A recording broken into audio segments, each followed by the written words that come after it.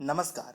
आप देख रहे हैं IBPS गुरुजी और SBI क्लर्क मेंस 2020 की एग्ज़ाम आने वाली है और उसके लिए हमने रीजनिंग स्पेशल पज़ल हम करवा रहे हैं। मेंस लेवल पज़ल है क्योंकि मेंस लेवल की एग्ज़ाम है। तो पज़ल का हमने 6 सेशन तो ऑलरेडी कर चुके हैं, 6 पज़ल ऑलरेडी सॉल्व हो चुके हैं। अगर आप किसी भी तरह डायरेक्ट 7 नंबर पर पहुँचे हो तो मेरी आपसे गुजारिश है कि आप पिछले 6 पज़ल भी देख लीजिए। उन सभी पज़ल का वीडियो का लिंक मैं आपको डिस्क्रिप्शन में दे देने वाला हूँ। ठीक है।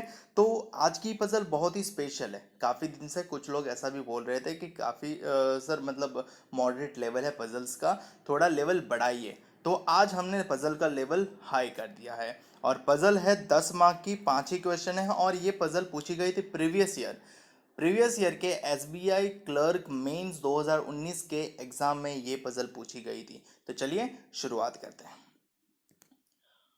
तो ये पजल जो पूछी गई थी वो पूछी गई थी SBI क्लर्क मेंस 2019 में। ठीक है, तो आपको एग्जैक्ट लेवल भी पता चलेगा कि कैसा लेवल आता है। ठीक है, तो चलिए डेटा पढ़ते हैं। डेटा सबसे पहले क्या कहता है, देर आर 3 रोज। वहां पे कितनी रो है, 3 रो है, रो 1 2 एंड 3। ठीक है, नाम मिल गया। आगे बढ़ते हैं। आगे क्या लिखा है, सच दैट मतलब उस तरीके से है that row 2 is in the north of row 3। दूसरी जो रो है वो थर्ड रो के नॉर्थ में है।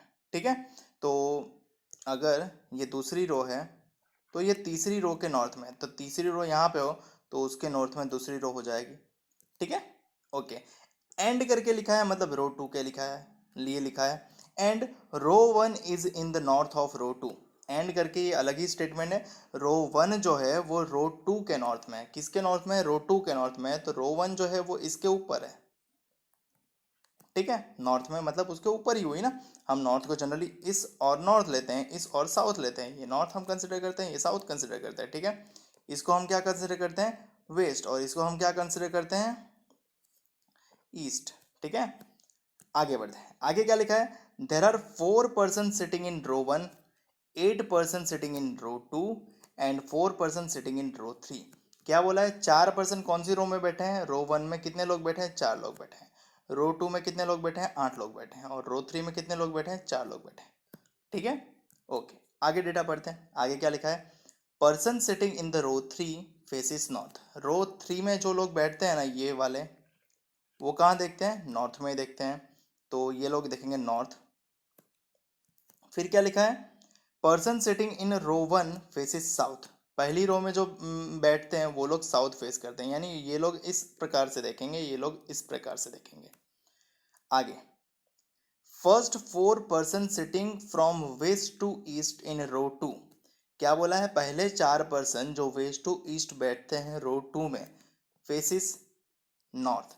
मतलब पहले 4 पर्सन जो वेस्ट टू ईस्ट में बैठते हैं, मतलब रो 2 में जो पहले 4 पर्सन, वेस्ट टू ईस्ट मतलब ये वेस्ट यहाँ से लेके ईस्ट की ओर जाना है, वेस्ट टू ईस्ट, ये वेस्ट से लेके ईस्ट की ओर जाना है। और पहले 4 पर्सन मतलब 1 2 3 और 4, ये 4 पर्सन कहाँ फेस करते हैं, बोला है नॉर्थ में फेस करते हैं। तो ये 4 पर्सन की लाइन जो है वो नॉर्थ फेसिंग होगी। और इस रो में 8 लोग बैठते हैं, वो भी ध्यान रखना। And last 4 person sitting from west to east in row 2 faces south. और आखिरी के 4 जो पर्सन है वो कहाँ देखते हैं, साउथ की ओर। ठीक है, आगे क्या लिखा है, note all the person sitting in row 1 row 3 are facing the person sitting in row 2। क्या बोला है, रो 1 में भी जितने लोग बैठते हैं, रो 3 में भी जितने लोग बैठते हैं, वो सभी लोग रो 2 के पर्सन के आमने सामने बैठे हैं, मतलब उनको फेस करते हैं।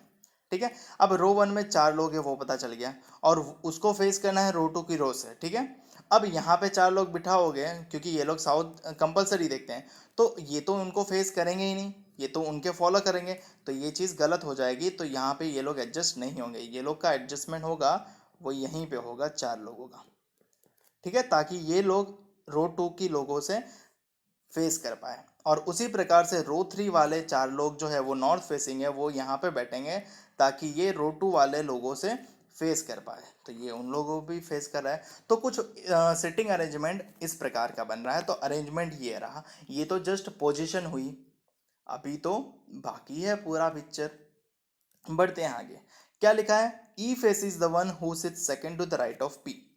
अब हमें क्या पता है कि पी कहाँ देखता है, नहीं पता। और ई किसको फेस करता है, उस पर्सन को जो पी के सेकंड टू द राइट में बैठता है। अब हमें ये पता ही नहीं है कि पी कहाँ देखता है। अब देखो पी यहाँ पे बैठे तो उसका सेकंड टू द राइट ये पर्सन हो जाता है, और ये पर्सन ऑलरेडी साउथ देखता है। अगर पी यहाँ बैठे तो इसका सेकंड टू द राइट ये पर्सन हो जाता है, और ये नॉर्थ देखता है। तो यहाँ पे काफ़ी सारा जमेला है। तो आपको करना क्या है, आपको कुछ भी ऐसा नहीं करना है कि आपको रो कनेक्ट करनी है या कंडीशन कनेक्ट करनी है। कंडीशन को कोई कनेक्शन नहीं देना है। आपको ये समझ जाना है कि कोई भी नॉर्थ कोई भी साउथ फेस कर सकता है। आपको जस्ट कंडीशन को डिनोट करना है। सबसे पहला, E faces the one who sits second to the right of P. E उस पर्सन को फेस करता है जो पी के सेकंड टू द राइट में बैठता है, ठीक है। तो मैं सपोज कर लेता हूँ पी यहाँ पे नॉर्थ की ओर देखता है, और उसका सेकंड टू द राइट ये आता है, ये पर्सन। और उसको कौन फेस करेगा, ई, तो उसके सामने आ जाएगा ई। अब वो साउथ देखता होगा तो डेफिनेटली इस ओर आएगा। बट हम जस्ट अभी इस साइड मान लेते हैं कि ये भी नॉर्थ, मतलब ये इस ओर ऊपर की ओर ही देख रहा है, तो ई आ जाएगा यहाँ पे, ठीक है। तो ये कंडीशन हमारी हो गई, ठीक है। अब हो सकता है कि भाई पी साउथ देखे तो इसका कंडीशन उल्टा हो जाए, ठीक है। तो वो होगा तब देख लेंगे। अभी इतना ही ध्यान रखो कि सारी कंडीशन नॉर्थ साउथ फेसिंग होने ही वाली है, ठीक है। तो ये जस्ट याद रखने के लिए सबसे पहली कंडीशन। दूसरा, no one sit second to the left of E. E के लेफ्ट में कोई नहीं बैठता। अगर ई यहाँ पे है, साउथ देख रहा है, हम साउथ इसलिए दिखवा रहे हैं ताकि हमें उसका लेफ्ट पता चले, तो इसके लेफ्ट में कोई नहीं बैठता। तो इसका लेफ्ट इस साइड होगा, और ये हमने दीवार बना दी कि भाई इस साइड तो कोई नहीं आएगा, जो भी आएगा वो इस साइड ही आएगा, पूरा फंक्शन, ठीक है। ओके, आगे क्या लिखा है, only one person sits between P and H. P और एच के बीच में सिर्फ एक ही पर्सन बैठ सकता है। अब इसका मतलब ये नहीं कि इसमें ही दो कंडीशन उसको बाइफरकेट करना, नहीं। आप जस्ट उसको दूसरा कंडीशन में मतलब रोकिए, पी एक छोड़ के एच, या तो फिर एच एक छोड़ के पी, दोनों में से किसी भी प्रकार से हो सकता है। और नॉर्थ साउथ तो हमें पता ही नहीं है। आगे, आगे क्या लिखा है, only two person sits between H and the one who faces F. क्या बोला है, एच और एफ के बीच में दो का फासला नहीं है। Only two person sits between H और वो पर्सन जो एफ को फेस करता है, ठीक है। तो ये कंडीशन भी अलग से बनाएंगे। अगर ये एच है तो दो पर्सन छोड़ के वो पर्सन जो एफ को फेस करता है, तभी वो चीज़ पॉसिबल है, ठीक है। तो हमने ये कंडीशन भी नोट कर ली कि only two person sits between the person H and the one who faces F, ठीक है। कंडीशन ही नोट डाउन करते जाना है, नॉर्थ साउथ बाद में डिसाइड कर लेंगे। आगे क्या लिखा है, D sits immediate right of F. D जो है वो एफ के इमीडिएट राइट में है, ठीक है। अब इस कंडीशन के मुताबिक एफ डेफिनेटली साउथ देखता है, बट उसका मतलब ये नहीं कि उसमें एडजस्ट करना है, हमें अलग से ही कंडीशन लिखनी है, क्योंकि इसका वेरिएशन हमने काफ़ी सारे नहीं लिखे हैं, ठीक है। तो क्या लिखा है, D sits immediate right of F. तो अगर ये एफ होता है और नॉर्थ देखता है तो डी यहाँ पे आएगा, और अगर एफ साउथ देखता है तो डी यहाँ पे आएगा, ठीक है। दो ही वेरिएशन हो सकते हैं, तो मैंने इसका यहाँ पे लिख लिया, कंडीशन मार्क कर ली। आगे क्या लिखा है, D does not sits at the end of the row. D जो है वो एंड पे नहीं बैठता है, तो डी के लिए हम एंड लिख के क्रॉस चेक कर लेते हैं कि डी एंड पे नहीं बैठता, ठीक है।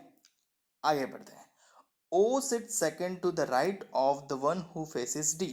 ओ उस पर्सन के सेकंड टू द राइट में बैठता है जो डी को फेस करता है। क्या बोला है, O sit second to the right of the one who faces D. मतलब डी को जो फेस करता है, मतलब मान लो कि डी यहाँ पे है, ठीक है, और डी नॉर्थ देख रहा है, तो डी को फेस करने वाला पर्सन ये है जो साउथ देखेगा, ठीक है। और कंडीशन क्या कहती है, O sit second to the right of the one who faces D. मतलब डी को जो फेस कर रहा है उसके सेकंड टू द राइट में ओ बैठता है, तो इसका राइट है ना इस साइड जाएगा, ठीक है।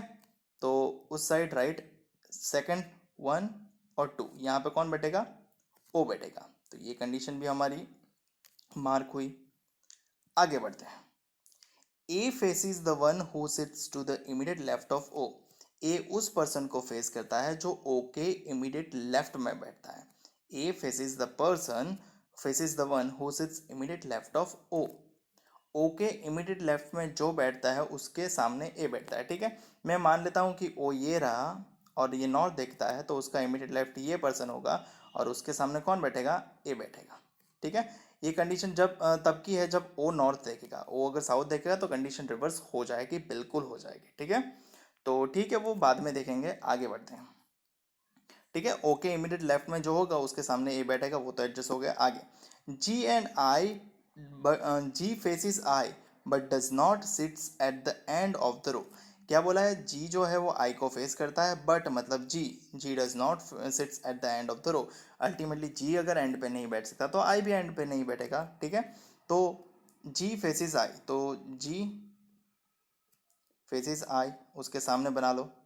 ठीक है, और वो एंड पे नहीं बैठते, तो जी एंड पे नहीं बैठता, मैंने इसको जस्ट मार्क कर दिया, और एंड क्रॉस ही है तो एंड क्रॉस उसके साथ ही हो गया। आगे आगे क्या लिखा है, P is not an immediate neighbour of G। P जो है वो G का इमीडिएट नेबर नहीं है। P is not an immediate neighbour of G, तो अगर G यहाँ पे है तो P यहाँ पे नहीं होना चाहिए। P is not an immediate neighbour of G।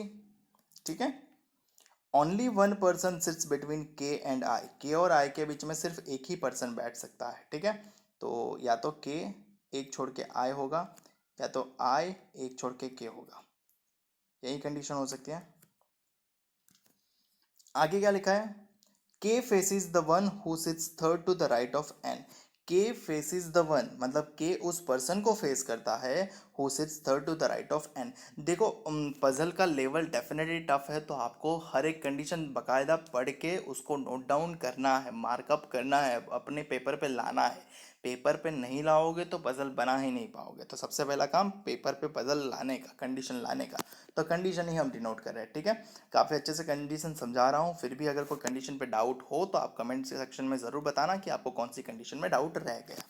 ठीक है, K faces the one who sits third to the right of N, मतलब के उस पर्सन को फेस करता है जो एन के थर्ड टू द राइट में है।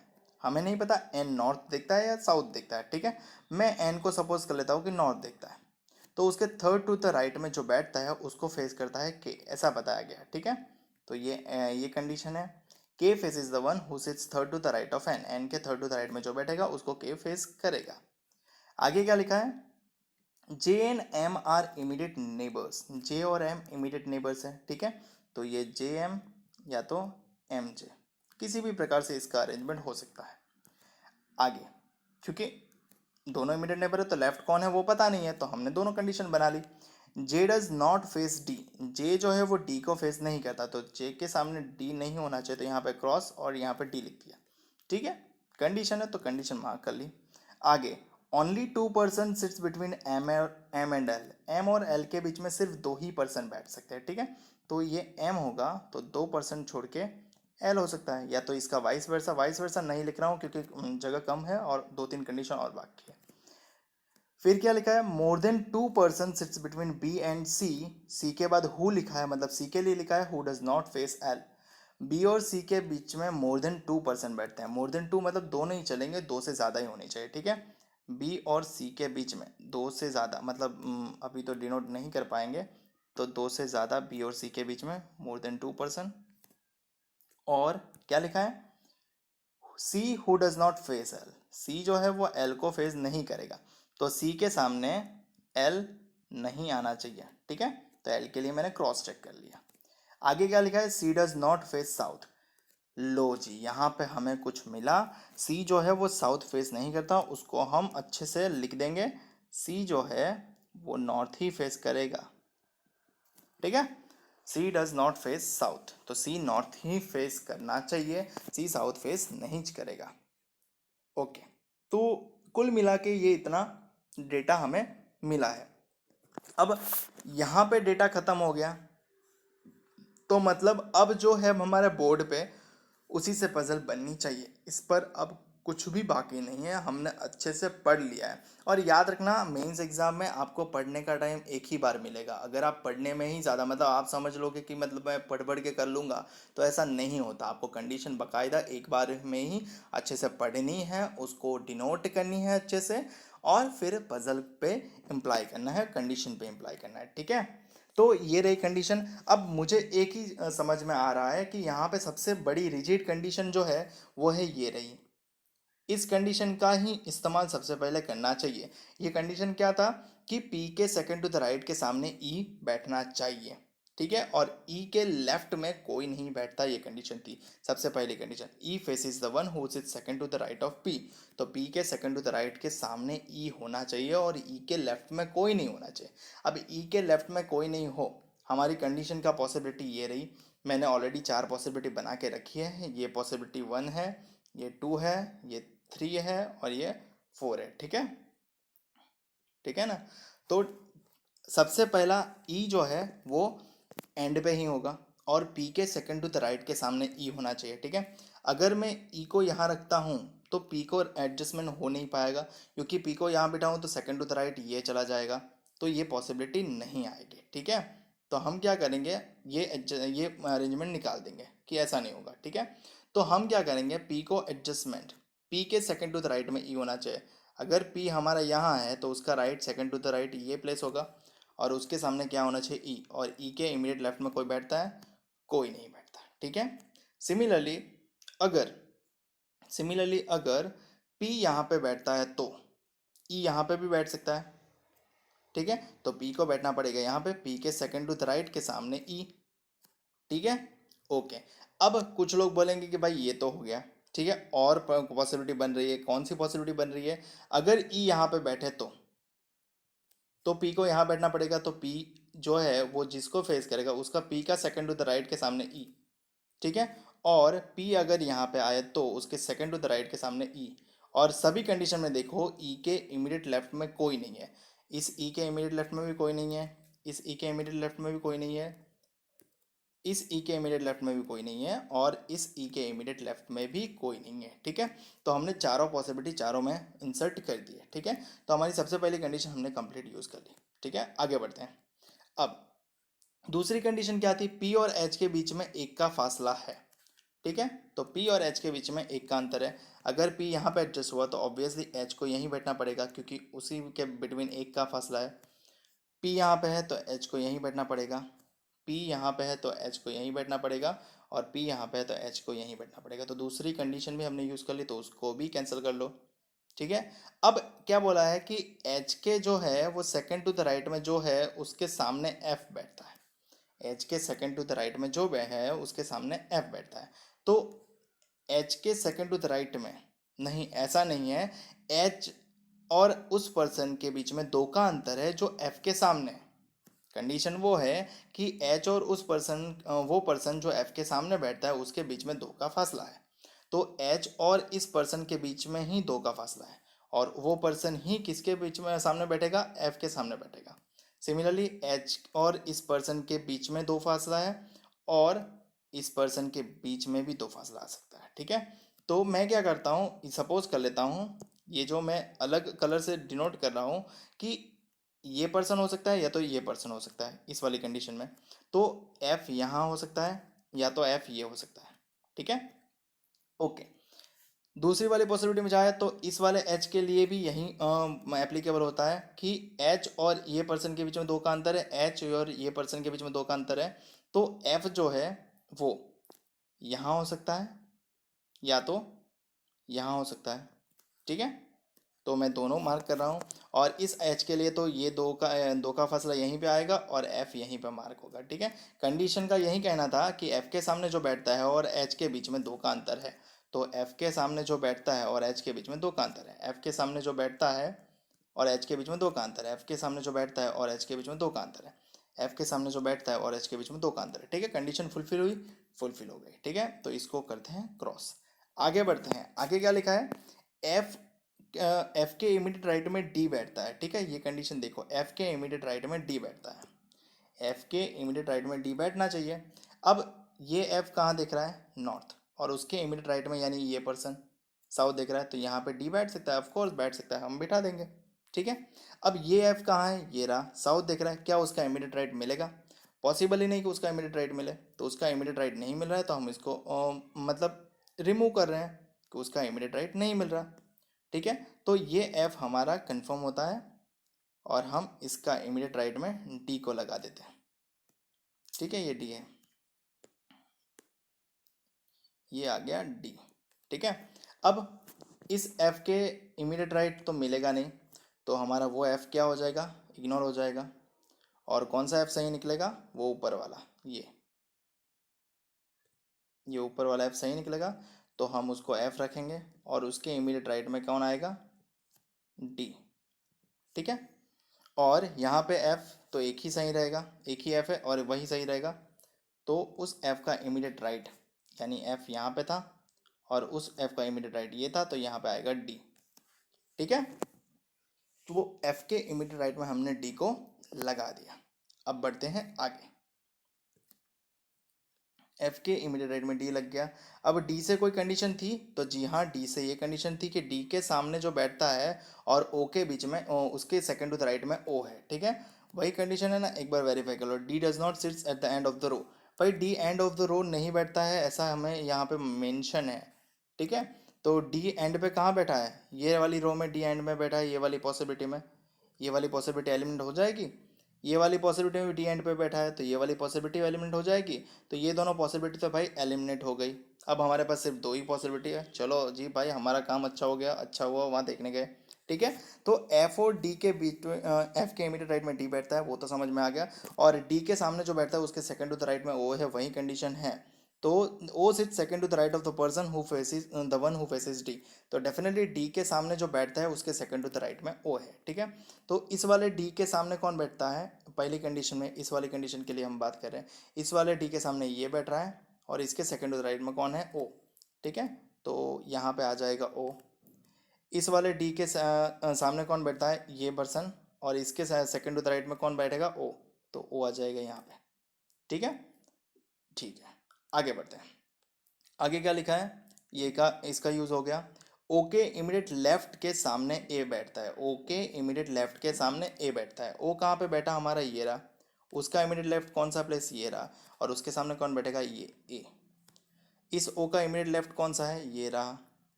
और उसके सामने कौन बैठेगा? ए। तो ए को मैंने बिठा दिया। ठीक है, ये थोड़ा कंजेस्टेड लग रहा है तो मैं इसको रफ कर रहा हूँ ताकि हमें थोड़ा स्पेशियस मिले, क्योंकि ऑलरेडी पॉसिबिलिटी एलिमेंट हो चुकी है, तो मैं उसको निकाल रहा हूँ। ठीक है, आप भी निकाल देना। ओके, ठीक है, ओ वाली कंडीशन एडजस्ट हो गई, ए वाली। ठीक है, और एक ख़त्म हो गया। अरे यार, निकालना नहीं था उसको, उसको करना था कैंसिल, जस्ट हमने यूज़ कर ली। ठीक है, अब हमारे पास क्या है भाई? अब हमारे पास कोई ऐसी कंडीशन है जो इससे आगे जुड़ सके। जी के इमीडिएट नेबर में पी नहीं होना चाहिए, तो ठीक है, वो तो समझ जाएंगे। अब कुछ ऐसा है जो हम एडजस्ट कर सकते हैं,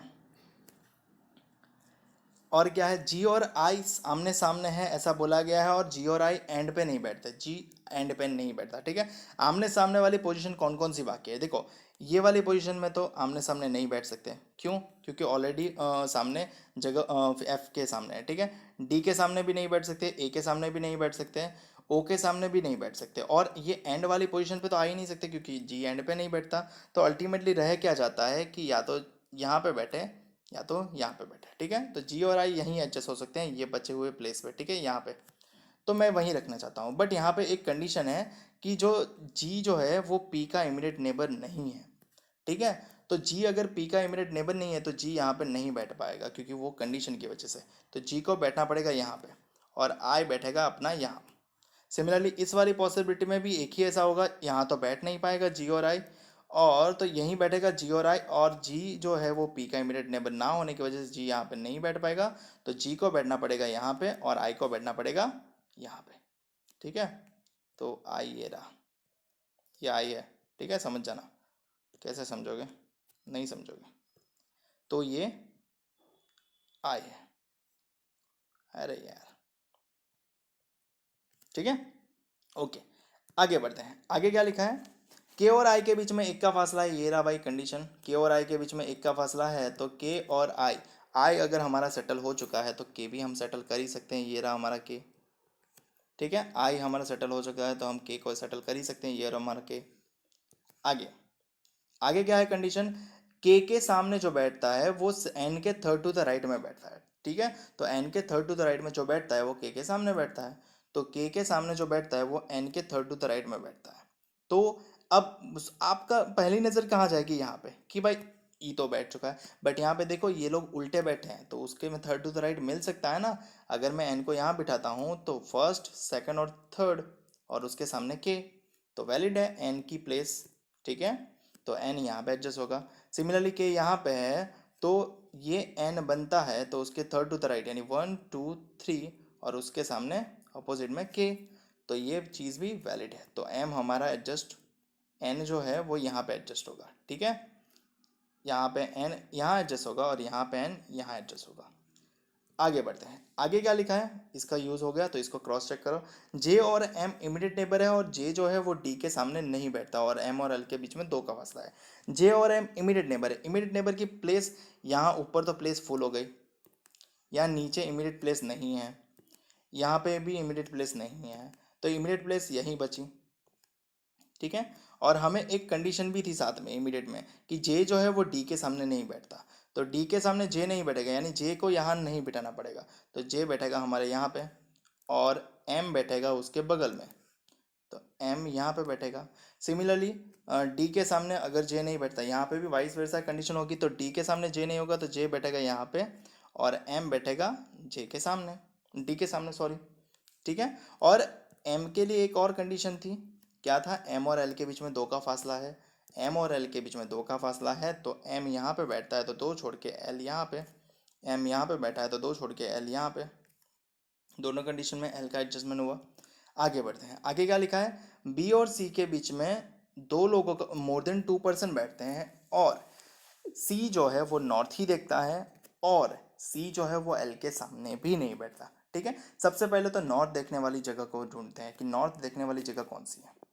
नॉर्थ देखने वाली जगह, ये तो साउथ देखने वाली, ये तो हो ही नहीं सकती, ये नॉर्थ देखने वाली है बट चारों फिल है, ये साउथ देखने वाली, ये भी काउंट की नहीं है। एक ही जगह बची जो नॉर्थ देखने वाली है और वो है जी और एफ के बीच की जगह, तो जी और एफ के बीच में ही बैठेगा सी, जी और एफ के बीच में ही बैठेगा सी, और सी और बी के बीच में कितने का फासला है, मोर देन 2% का, तो ऑफ कोर्स ये बी यहाँ पे बैठेगा, एक ही जगह बचती है तो सी और एफ के बीच में मोर देन 2% का ही हो गया, सी और बी के बीच में, ठीक है। सिमिलरली सी कहाँ बैठेगा, नॉर्थ देख रहा है तो सी कंपलसरी यहीं बैठेगा क्योंकि और कोई चारा नहीं है, और बी कहाँ बैठेगा, तो बी कंपलसरी यहाँ बैठेगा, तो सी और बी के बीच में मोर देन 2% का फासला है, मोर देन 2 मतलब 3 4 5 कितने भी चलेंगे, ठीक है।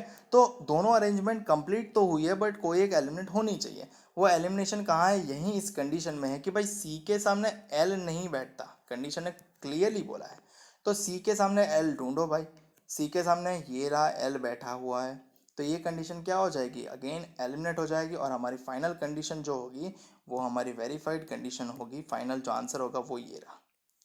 मुझे उम्मीद है कि आपको समझ में कंप्लीटली बाकायदा आया होगा। अगर आप कहीं पे चूक गए हो, अगर आपको कहीं पे डाउट है तो वापस से वहाँ पे वीडियो पे पॉज करो, जाओ कंडीशन समझो और वापस से यहाँ आओ, ठीक है। मुझे उम्मीद है कि आपको समझ में आया होगा। तो अब बढ़ते हैं क्वेश्चन आंसर की ओर। अब इतनी बड़ी पजल सॉल्व की है, क्या क्वेश्चन आंसर नहीं देखोगे, चलिए क्वेश्चन आंसर भी खत्म करते हैं। और एक और चीज़ बताना आपको मैं चाहता हूँ, अगर आपने हमारे इंस्टाग्राम के पेज को फॉलो नहीं किया है तो ज़रूर से इंस्टाग्राम पेज को फॉलो करो, क्योंकि वहाँ पे मैं आपको डेली रोज़ाना ऐसी पजल देता रहता हूँ, ठीक है, और काफ़ी सारे अन्य क्विज़ें भी देता हूँ, तो इंस्टाग्राम पेज को फॉलो करना मत भूलना। बढ़ते हैं क्वेश्चन आंसर की ओर। Question number 1, how many person sits between A and G, A और जी के बीच में कितने लोग बैठे हैं, ये रहा ए और ये रहा जी, कितने लोग बैठे हैं, 3 लोग, तो आंसर जाएगा हमारा 3 यानी option C. Who among the following sit second to the right of C, C के सेकंड टू द राइट में कौन बैठता है, सी यहाँ पे है, नॉर्थ दिख रहा है तो सेकंड टू द राइट ये बनेगा जो साउथ दिख रहा है, डी, तो आंसर होगा हमारा option B. 4 of the following 5 are belongs to a group following a certain pattern. Find the one that does not belong to that group. क्या बोला है, दिए गए 5 ऑप्शन में से 4 ऑप्शन एक ही ग्रुप बनाते हैं और एक ऑप्शन उस ग्रुप को नहीं बनाता, फॉलो नहीं करता, उस पैटर्न को फॉलो नहीं करता, तो आपको वो ऑड वन आउट करना है। पहला क्या है, एम एल, एम कहाँ पे है, ये रहा, एल कहाँ पे, ये रहा। ऐसा कह सकते हैं दोनों नॉट देख सकते हैं, या तो दोनों के बीच में 2 पर्सन बैठे हैं या तो दोनों एक ही लाइन में। आगे सी बी, सी कहाँ पे है, ये रहा, बी कहाँ पे, ये रहा। ऐसा कह सकते हैं दोनों लाइन में तो है बट दोनों के बीच में 4 पर्सन है और एक नॉर्थ और एक साउथ दिख रहा है। तीसरा क्या है, एच एफ, एच कहाँ पे है, ये रहा, एफ कहाँ पे, ये रहा। आमने सामने बट दोनों के बीच में मतलब ऐसा कोई नहीं है, रो ही बदल जाती है। ई डी, ईडी के लिए देखें तो ई ए रहा, डी ए रहा, मतलब एक ही रो में है ये, ठीक है। तो बीच में 3 लोग हैं। और के आई, के कहाँ है, के है यहाँ पे, आई है यहाँ पे, तो दोनों भी वो लोग भी एक ही रो में है। मतलब अगर मैं पर्सन को, मिडल पर्सन को काउंट करूँ तो वेरे कर रहा है। अगर मैं नॉर्थ साउथ को काउंट कर रहा हूँ तो ये नॉर्थ, दोनों नॉर्थ देख रहे हैं, ये दोनों साउथ देख रहे हैं, लास्ट वाला ऑप्शन, तो वो भी नहीं हो रहा है। तो अल्टीमेटली क्या लॉजिक होना चाहिए भाई, ये रो में है, एम एल रो में है, ई एफ रो में है, डी बी रो में है, आई के रो में है, बट एच और एफ रो में नहीं है। तो हमारा एच और एफ वाला ऑप्शन जो होगा वो हो जाएगा गलत, ठीक है। तो एच और एफ वाला ऑप्शन कौन सा है, ऑप्शन सी हमारा हो जाएगा ऑड वन, क्योंकि बाकी सारे एक ही रो में हैं बट एच और एफ अनदर रो में है। Which among the following pair sits at the end of the row, क्या B I end of the row है, I end of the row नहीं है, मिडल में है, तो गलत बात। ई क्यू, ई एंड में है बट क्यू, सॉरी ये क्यू नहीं होना चाहिए, ये ओ होना चाहिए, ये प्रिंटिंग मिस्टेक है, ई ओ, ई ओ, ई यहाँ पे है, ओ यहाँ पे, ए ओ मिडल में है तो वो गलत है। के जी, के जी, के यहाँ पे है, कहाँ है, के यहाँ पे एंड पे है बट जी एंड पे नहीं है, तो जी मिडल में है तो वो भी गलत है। और एच एम, एच कहाँ पे है, एंड पे है, एम कहाँ पे है, एंड पे है, तो दोनों एंड पे है, तो आपका आंसर क्या होगा, option D. How many person sits on the right of L, L के राइट में कितने लोग बैठते हैं, देखो भाई एल के राइट में कितने लोग बैठते हैं, एल यहाँ पे है, नॉर्थ देख रहा है, तो उसका राइट में तो कोई नहीं बैठता, नो वन, आपका आंसर जाएगा नो वन। ये नो वन करने का कॉन्फिडेंस होना चाहिए, आप जब भी ये नो वन आंसर करो ना तो आप में कॉन्फिडेंस होना चाहिए कि सच में नहीं है, ठीक है। तब आप समझ लेना आप पजल में पारंगत हो चुके हो, आप पजल के मास्टर बन चुके हो। तब तक आप पजल की प्रैक्टिस उतनी करो जब तक उतना लेवल का कॉन्फिडेंस ना आए कि आप आंसर ऑप्शन ढूंढो और ऑप्शन में ना मिले और आपको कॉन्फिडेंस पूरा हो कि भाई मेरा आंसर ही सही है, ऑप्शन में आंसर नहीं दिया गया है, ठीक है। मुझे उम्मीद है कि आपको पजल का लेवल पसंद आया होगा, मज़ा भी आया होगा, और ये प्रीवियस ईयर बेस्ड पजल है तो आपको पजल अब से ऐसे ही मिलने वाले हैं।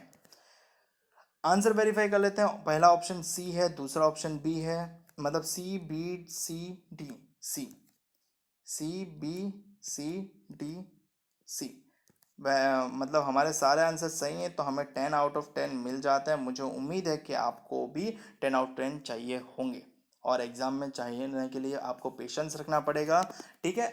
लेवल जब पजल का ज़्यादा होता है ना तब वो जल्दी नहीं बनती, तो इसीलिए आपको 45 मिनट्स या मतलब आपको 1 घंटे का समय देते हैं प्योर क्लर्क में, ठीक है, मेंस लेवल एग्जाम में, और क्वेश्चन कम रखते हैं ताकि आप टाइम कंज्यूम तो करने ही वाले हो, इसीलिए वो लोग टाइम ज़्यादा देते हैं ताकि आप अच्छे से सोच के समझ के पढ़ के सॉल्यूशन करो, ना कि बल्कि प्रीलिम की तरह भाई 2-3 मिनट में बन जाए, ठीक है। वीडियो अच्छा लगे तो लाइक ज़रूर कर देना, कमेंट करके मुझे बताना कि आपको अगला वीडियो किस पर चाहिए। वीडियो को शेयर करना अपने दोस्तों के साथ ताकि उनको भी लेवल वाली पजल मिले, और मेरे इंस्टाग्राम पेज को फॉलो नहीं किया है तो ये रही आईडी उसकी IBPS_गुरुजी, वहाँ पे जाके मुझे फॉलो ज़रूर करो, और अभी तक चैनल को यह सब्सक्राइब नहीं किया यूट्यूब चैनल को तो जल्दी से उसको सब्सक्राइब कर लो, और अगर बेल आइकन प्रेस नहीं किया तो बेल आइकन भी प्रेस कर दो ताकि जब भी मैं आपके लिए नया वीडियो अपलोड करूँ आपको उसका नोटिफिकेशन सीधा मिले। धन्यवाद वीडियो देखने के लिए, और प्रीवियस पजल चेकआउट करनी है तो आपको डिस्क्रिप्शन में या तो इस एंड स्क्रीन पे भी लिंक मिल जाएगा। मिलते हैं अगले वीडियो में।